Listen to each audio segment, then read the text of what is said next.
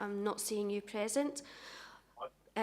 Also present today are Councillors Ferguson and Gowland. Councillor Keat? I'm not seeing you present. Also present today are Councillors Lockhart, Mars and Nugent. We have a number of officers in attendance, and with that I'll pass back to yourself, Chair. Thank you. Thank you very much, Elizabeth Ann. Okay, moving on to item number 1, and that is the declarations of interest. I said, do we have any declarations of interest?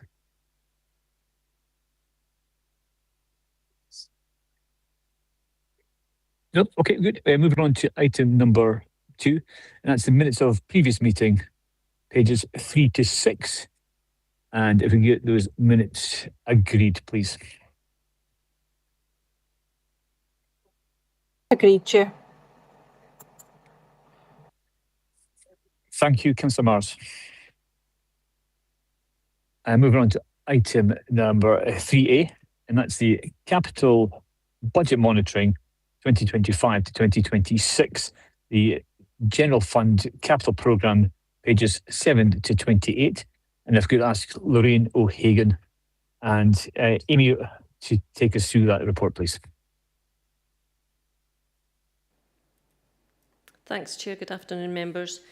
So page 7 then starts the General Fund Capital Programme report for 25-26, and in section 4.1 we note the capital programme for the year is 67.712 million, and the details of that are shown in Appendix A to the report. Section 4.2 notes a slight change in terms of the allocation of local action fund monies. Local members have agreed that that capital allocation of 20,000 is now to be spent on Darwin Road Play Park in East Kilbride. And in section 4.3, we're noting there that we have an additional allocation of £810,000 for Walk Wheel Cycle Trust, or from Walk Wheel Cycle Trust rather, for improvements along the National Cycle Route 75 Clyde Walkway path to upgrade the traffic signals at St Stephen's Avenue and East Kilbride Road crossing in Rutherglen. We are working on the project. We are looking to add that budget allocation to the 26-27 programme. But any spend we achieve in the current year, we will manage from the funding available in the current programme, and we'll look to manage that across the 2 financial years. In terms of section 4.4, we're just noting there for members' information that we're looking to maximise the use of space in corporate buildings, and one of the areas we're looking at in the first instance is the first floor former coffee shop at the front of the building, and we're looking to refurbish that area to include dedicated meeting pods to bring that area back into productive use. So again, that's part of the programme that we're talking about this afternoon.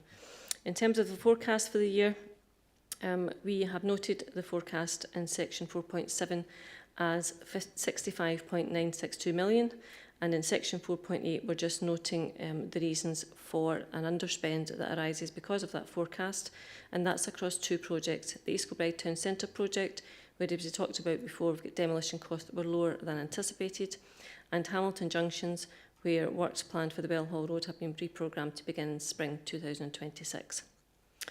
In terms of the actual spend to the end of December, we've incurred spend of 35.036 million, noted in section 4.9, and we have actual funding of 41.194. In terms of sections 4.11 to the end of the report, we're just giving a flavour there of some of the main projects that have been undertaken so far in terms of the Leisure and Culture Transformation Fund projects. We're seeing good physical progress throughout the year in terms of our fitness studio modernisation and gym upgrades across a number of areas there. We've also got pitch replacements ongoing at White Moss Recreation area, and good works to the pool, changing and fabric upgrades at Colburn Leisure Centre, just to name a few. In terms of the appendices to the report, they start on page 11. You can see the programme there again of 67.712 and how it's broken down across the resources, and then a more detailed analysis of the actual spend, the forecast and the allocations across resources is shown in page 12 of your report. In Appendix C, you can see the breakdown of the funding package for the General Fund programme and the actual spend and income received to date. And that takes us to the physical build element, which is on page 14, and I'll ask Amy to pick that up. Thank you. Thanks, Larry. I just want to confirm that in Q10, current position is there is currently no projects behind programme at this time. Thank you, Chair. Thank you, Amy. All right. So do we have any questions on that part?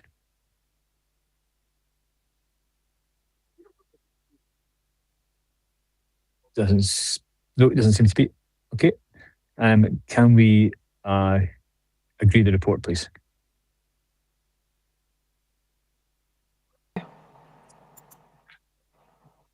Thank you, Councillor Mars.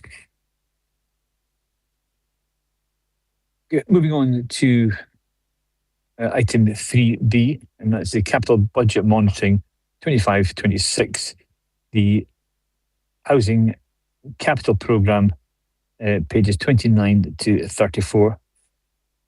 And again, I can hand over to Lorraine, please. Thank you, Chair.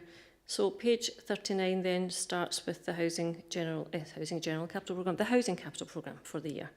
Apologies. So in section 4.1, we see the programme is 87.740 million, and we have the details of that in Appendix A along with the funding sources for the programme.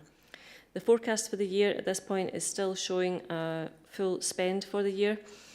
We did have delays, as I've mentioned before, on the new build programme. Working with the Scottish Government, we have eventually managed to agree how these projects will progress. So they have started, but just a bit later in the year than anticipated, which has meant an underspend on that element of the programme. And in order to remedy that and try and maximise spend in year, we have been looking to see what we can do to accelerate spend on the housing investment programme. So we're working on that as best we can to try and maximise the full spend for the current year. Any update on that, I'll bring that back to the next forum. In terms of section 4.5, we're just noting that anything we don't spend in relation to the new build programme in terms of borrowing, which matches the government grant, we'll carry that forward into the new year to allow completion of the projects. So there's no detrimental impact there across the 2 years. In terms of the actual spend to date, at the top of page 30, in section 4.6, we're noting spend to the end of December of 52.315 million, and we have the same amount of funding in place to manage that spend. As I mentioned earlier, Appendix A shows you the forecast in terms of the spend profile and also the budget for the year, and it also shows you the funding package for the Housing Capital Programme. And that takes you on to page 32, which is the build element, and Amy will pick that up. Thank you.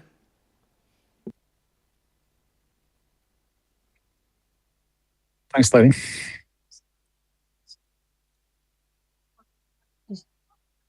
Thank you, Chair. Can everybody hear me okay? I hear you fine. That's fine, thank you.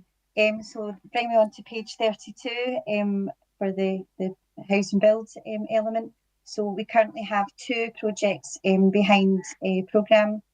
First one being Tory Glen Road window and door replacements, currently behind programme due to the programming of the works had to be delayed due to a 28-day abandonment notice served to a property in this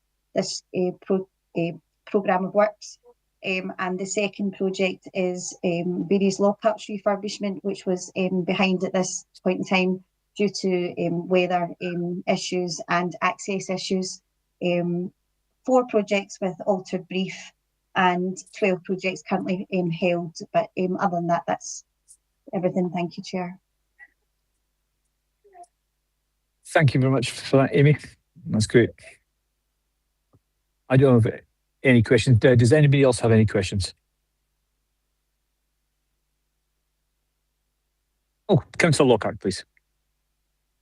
Hi, I'd just like a bit of clarification. What's an abandonment notice? What does it mean? Who's abandoned what? The builders have abandoned the project, or the people in it have abandoned it? Could you clarify, please? Great question. Thank you, Councillor Lockhart. This would mean that one of the properties has been abandoned by one of the tenants. So it would basically be we would need to go in with our void team to basically get the project back online. So it was locked up, and we had to put a notice in place to get access to the property. Right, so the tenants have abandoned the property, but Yeah. surely the survey was done with the tenants in it. Why can't you just get on with it? Just because the tenants have left doesn't seem to make any sense that you stop doing it. We can't access the property. We need internal access into the property to fit the windows and doors, because we need to seal from internal and external points as well. All right, okay, thank you. Thank you. All right, thank you very much. Thanks for that, Amy. Okay, there's no more questions. Could we agree the report, please? Chair. Thank you, Councillor Mars.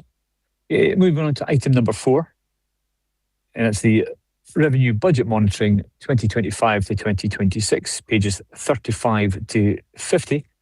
And again, Lorraine, I can hand over to you. Thank you, Chair.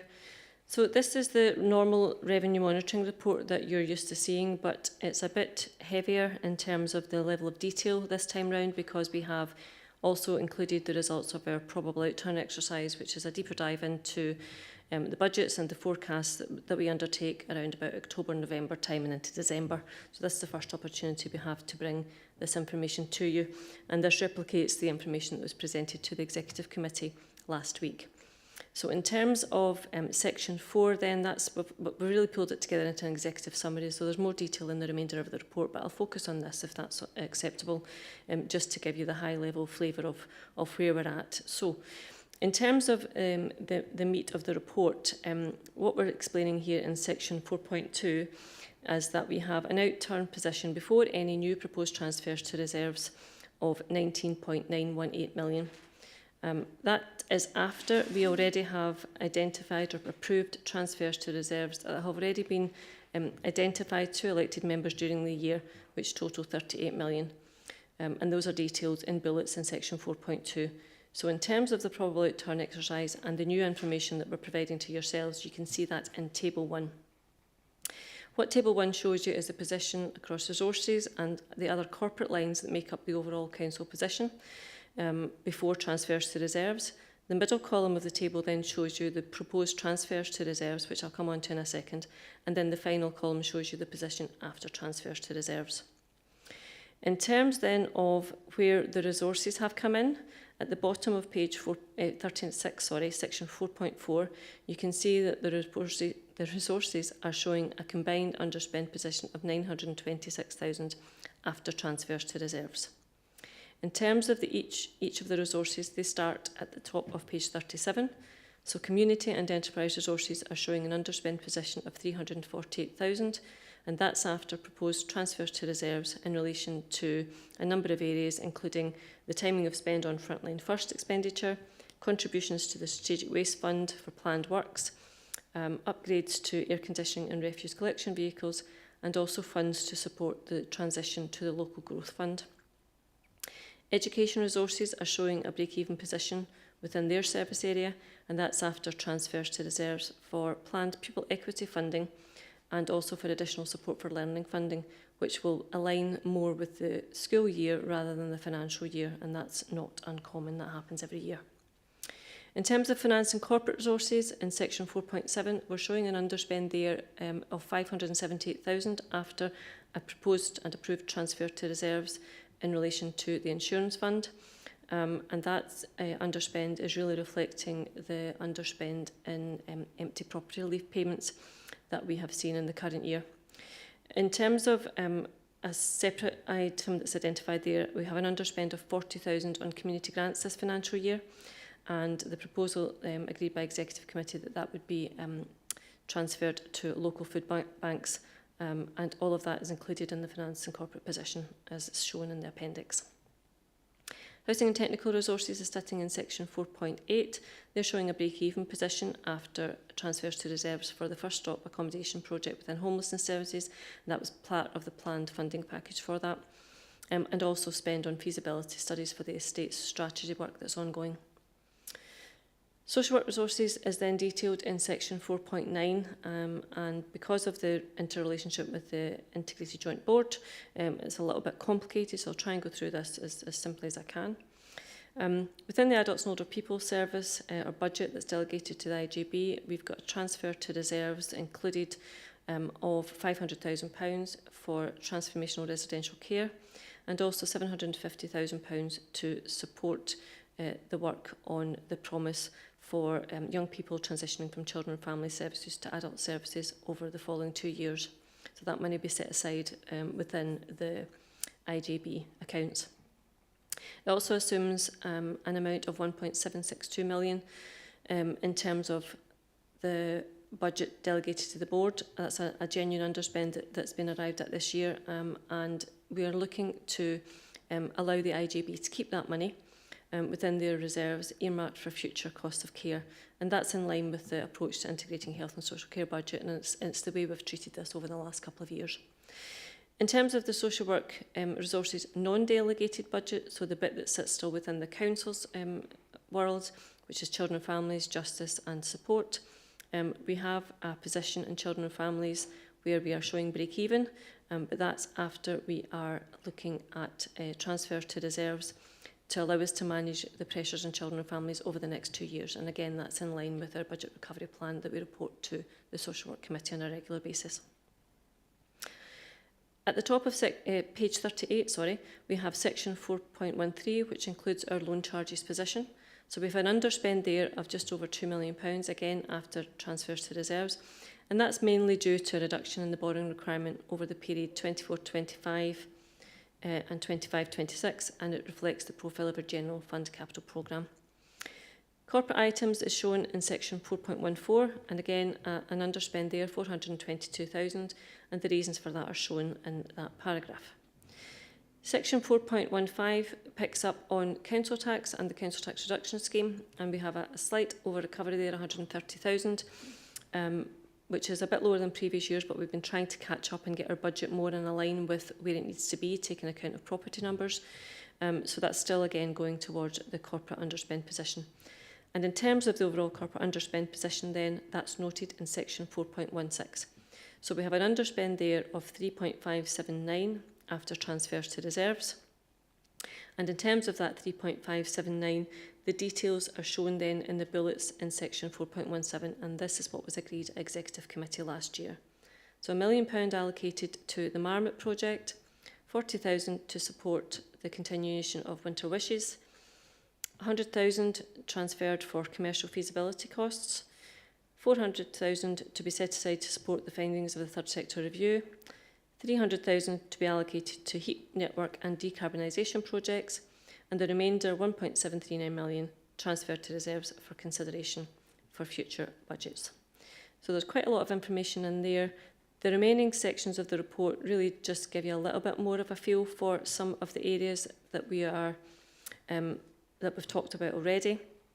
And I would refer you then just to the appendices, Chair, which start on page 45, which shows you the position before transfers to reserves. And then on pages 46 and 47, you can see the transfers that have now been approved by Executive Committee, arriving at the position that's now shown in Appendix 3, which is on page 48. In terms of the housing revenue account, which is obviously separate from the general fund and it is its own page in the report, on page 49 in Appendix 4, you can see there that we're showing a break-even position for the housing revenue account.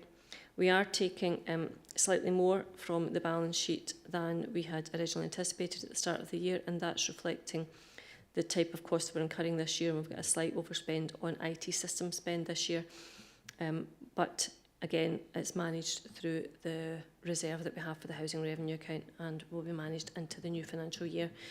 So, Chair, that's all I'd be really looking to highlight in terms of that report. As I say, there's a lot in it, but I'm happy to take any questions. Thank you.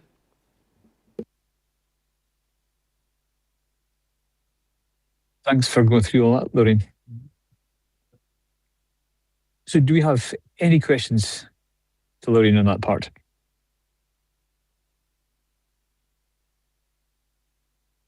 Nope, no questions. Okay. Can we agree that report, please?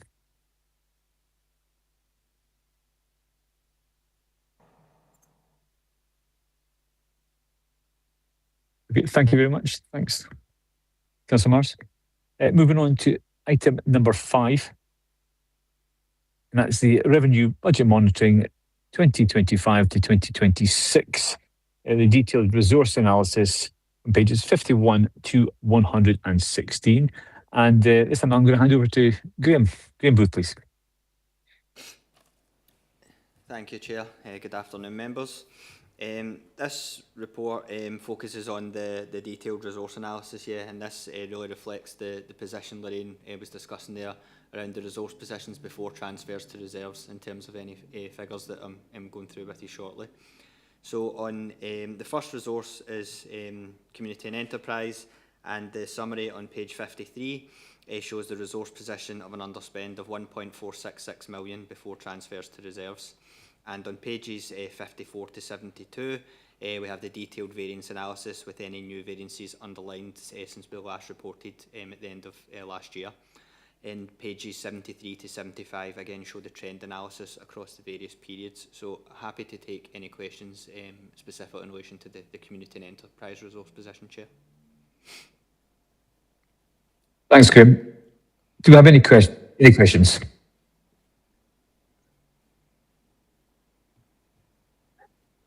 Nope. Okay, Graham, we can move on.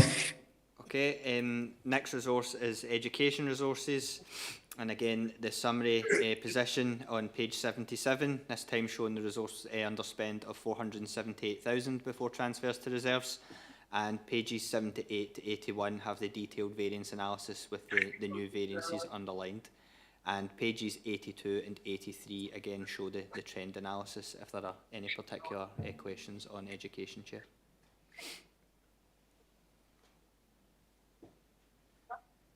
Okay, nothing from me. Does anybody else have any questions?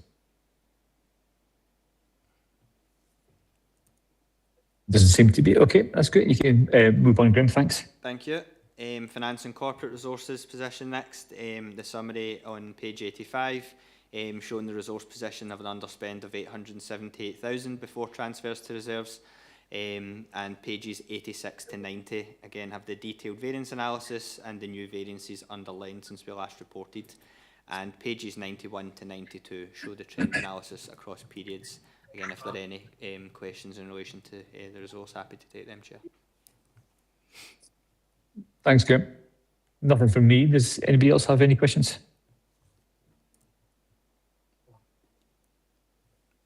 Nope. Good. We can move on to the next one, Graham. Thank you.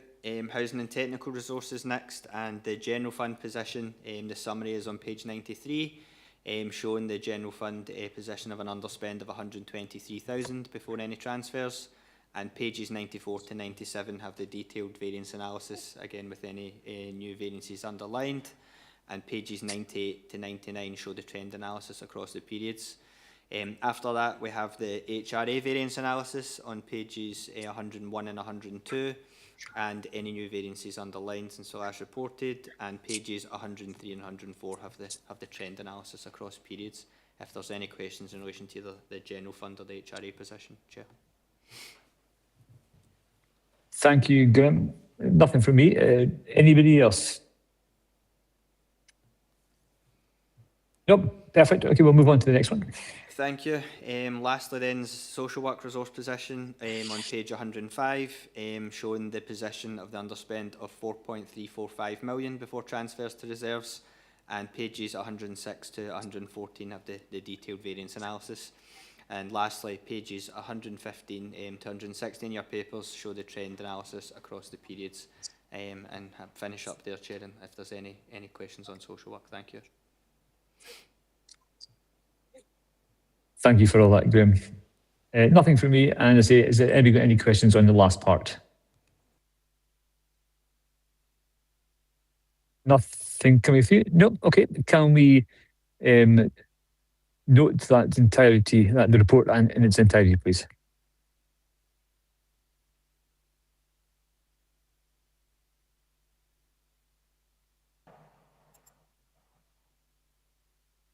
Perfect. Thank you, Councillor Mars. And item number 6, there's no urgent business has been noted. So On that, I'd just like to thank all members for attending the meeting today, and we can formally close the meeting. Thank you.